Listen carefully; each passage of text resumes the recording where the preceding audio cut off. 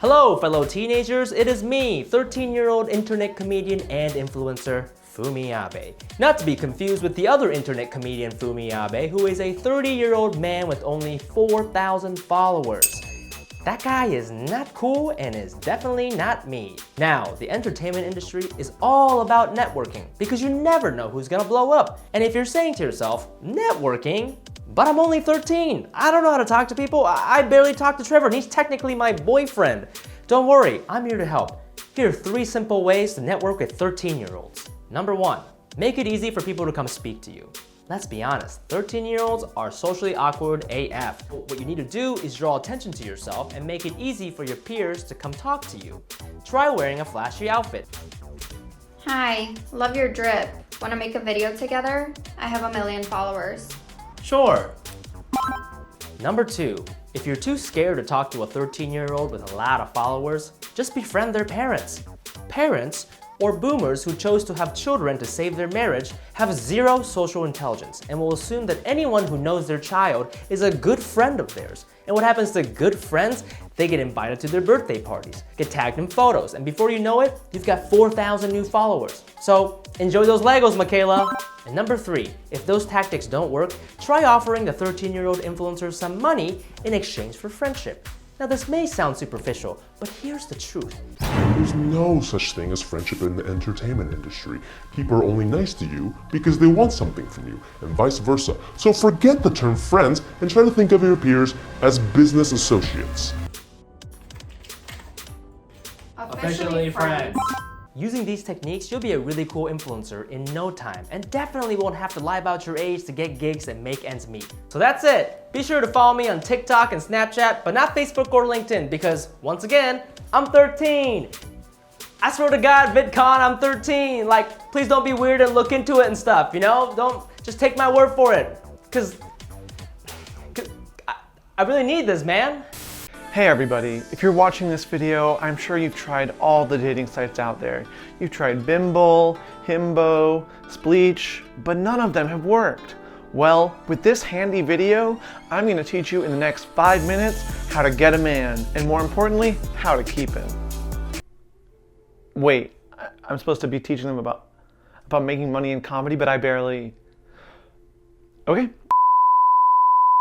What's up everybody, my name's Sam and I'm a big-time Hollywood comedian based in New York City. You know, it hasn't always been this way. That's right, even I was struggling to make rent, working odd jobs, and just waiting to catch my big break. I mean, I barely remember it now. It was, I want to say 6 months ago. But I did it, I got there, and I did it through a little technique I like to call schmoozing. Schmoozing. Schmoozing. Quick talking. Butter in the toast. Chit chat paddywhack. Gabiana Grande. Milking the cow. Tongue wars. Schmoozing.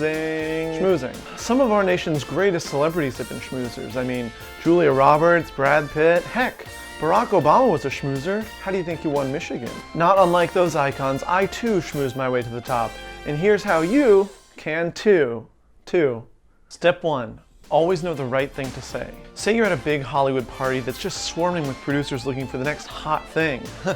Been there. What you want to do is talk to them, but what's that opening line that's just gonna crush? Hit them with, I hate it here. It's hilarious, it cuts through the noise, it's real. It is also universal because everyone hates wherever they are at any time.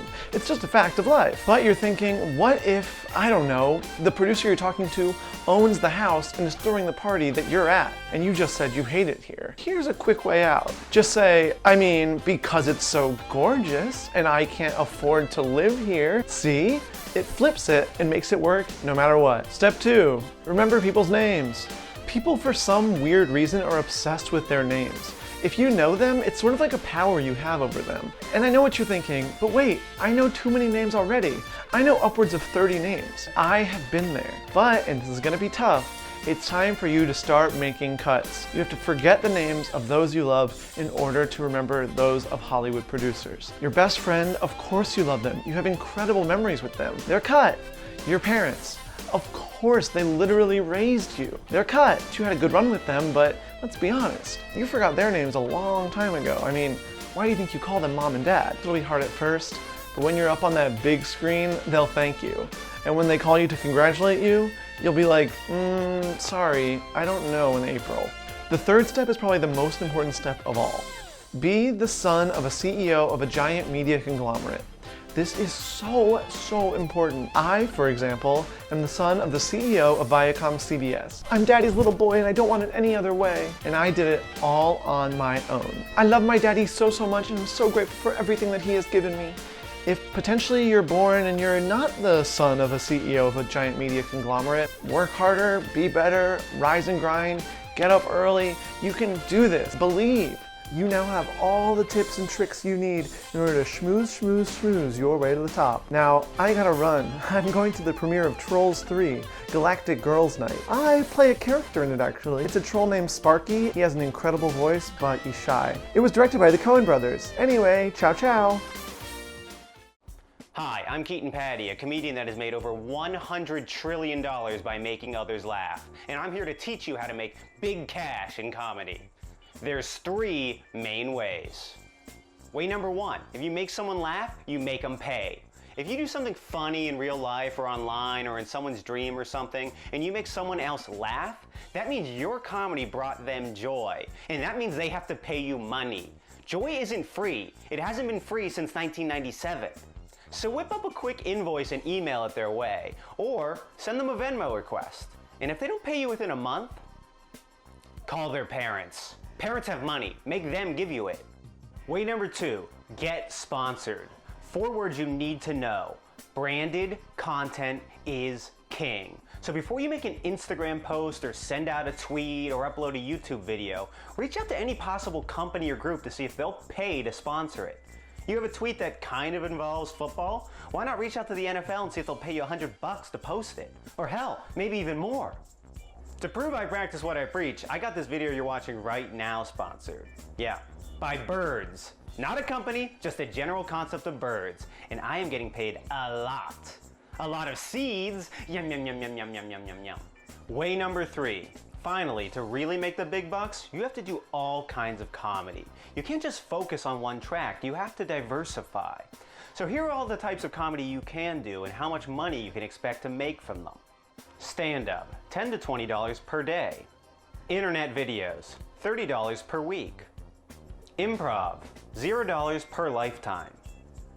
Writing, $3 million per Austin Powers script sold. Be the funny CEO of a Fortune 500 company, $12 million per year. Doing impressions while working in a coal mine, $250 per day. Doing improv while working in a coal mine, $0 per lifetime. So there you have it, the 3 main ways to make cash in comedy. Hopefully this video was not only helpful for you, but it also made you laugh.